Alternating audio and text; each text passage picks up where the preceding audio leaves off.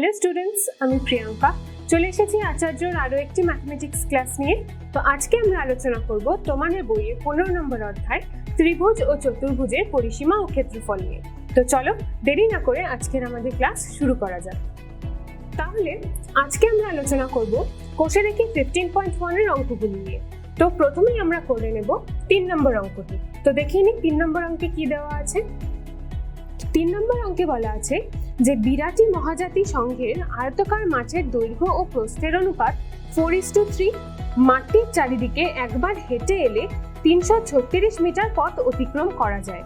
মাঠের ক্ষেত্রফল হিসাব করে লিখি। তাহলে এখানে একটি আয়তকার মাঠের দৈর্ঘ্য আর প্রস্থের অনুপাত বলা আছে 4:3, আর বলা আছে যে এই মাঠটির চারপাশ দিয়ে যদি আমরা হেঁটে আসি তাহলে 336 মিটার পথ অতিক্রম করা হয়। অর্থাৎ এখান থেকে আমরা বুঝতে পারছি যে মাঠটির পরিসীমা বলা আছে 336 মিটার। তাহলে আমরা প্রথমে এখানে লিখে নিচ্ছি যে মাঠটির দৈর্ঘ্য আর প্রস্থের অনুপাত 4:3। মাঠটির দৈর্ঘ্য ও প্রস্থের অনুপাত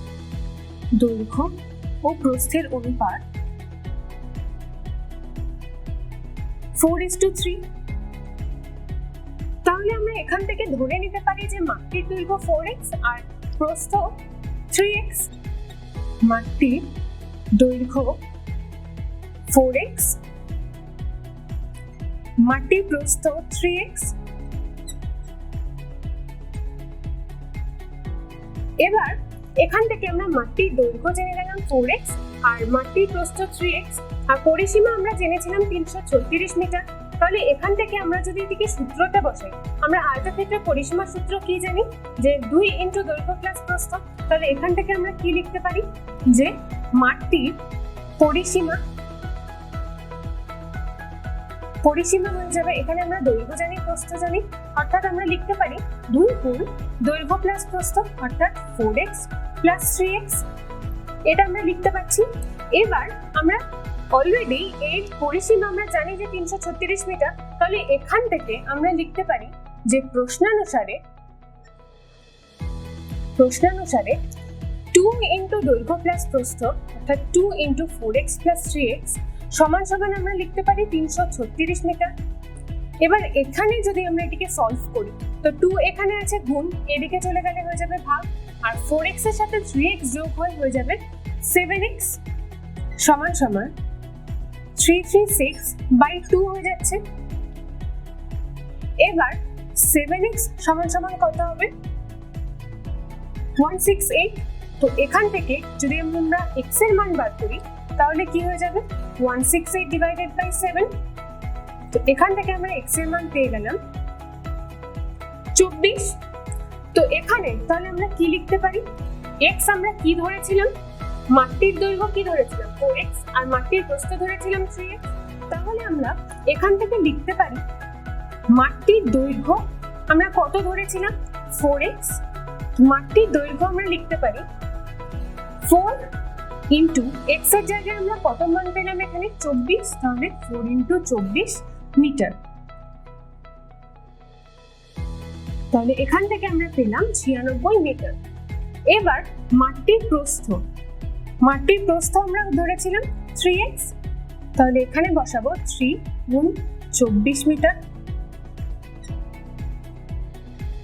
তাহলে এটা চলে আসলো 72 মিটার। এবার আমাদেরকে এই অঙ্কে কি জানতে চেয়েছে যে মাঠটির ক্ষেত্রফল কত। তাহলে মাঠের ক্ষেত্রফল বার করার সূত্র কি, দৈর্ঘ্য গুণ প্রস্থ। মাঠটির ক্ষেত্রফল অর্থাৎ আমরা জানি একটি আয়তক্ষেত্রের ক্ষেত্রফলের সূত্র কি হয়, দৈর্ঘ্য গুণ প্রস্থ। তো মাঠ একটি আয়তকার চিত্র, তাহলে এর ক্ষেত্রফলের সূত্র হয়ে যাবে দৈর্ঘ্য গুণ প্রস্থ, অর্থাৎ আমরা লিখতে পারি 96 × 72। আর যেহেতু ক্ষেত্রফল তাই তার একক হয়ে যাবে বর্গমিটার। তাহলে আমরা জানি একটি আয়তকার ক্ষেত্রে ক্ষেত্রফলের সূত্র হয় দৈর্ঘ্য গুণ প্রস্থ। তো সেই হিসাবে এখানে আমরা লিখে নিয়েছি 96 × 72, একে গুণ করলে আমরা পাচ্ছি 6912 বর্গমিটার। তাহলে আমাদের এই অঙ্কে চেয়েছিল মাঠটির ক্ষেত্রফল আমরা পেলাম 6912 বর্গমিটার। এবার আসছি 8 নম্বর অঙ্কে। তো দেখে নিই 8 নম্বর অঙ্কে কি বলা আছে। 8 নম্বরে বলা আছে যে 1200 সেন্টিমিটার ক্ষেত্রফল বিশিষ্ট একটি আয়তক্ষেত্রাকার জমির দৈর্ঘ্য 40 সেন্টিমিটার হলে তার কর্ণের উপর অঙ্কিত বর্গক্ষেত্রের ক্ষেত্রফল হিসাব করে লিখি।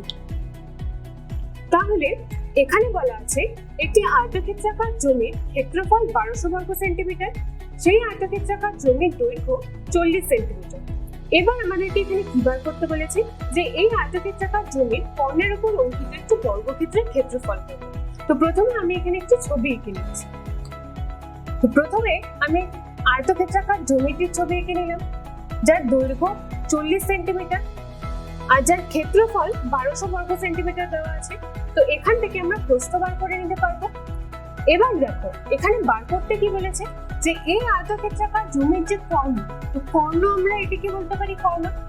এই কর্ণের উপর অঙ্কিত একটি বর্গক্ষেত্রের ক্ষেত্রফল বার করতে বলেছে। তো আমরা এইভাবে এঁকে নিতে পারি। তো এটি হয়ে গেল একটি বর্গক্ষেত্র যার ক্ষেত্রফল আমাদেরকে বার করতে হবে। তো প্রথমে আমি লিখে নিচ্ছি যে আয়তক্ষেত্রাকার জমির দৈর্ঘ্য বলা আছে কত, জমির দৈর্ঘ্য 40 সেন্টিমিটার আর আয়তকার জমির ক্ষেত্রফল বলা আছে 1200 বর্গ সেন্টিমিটার। তাহলে এখান থেকে আমরা প্রস্থ বার করে নিতে পারি।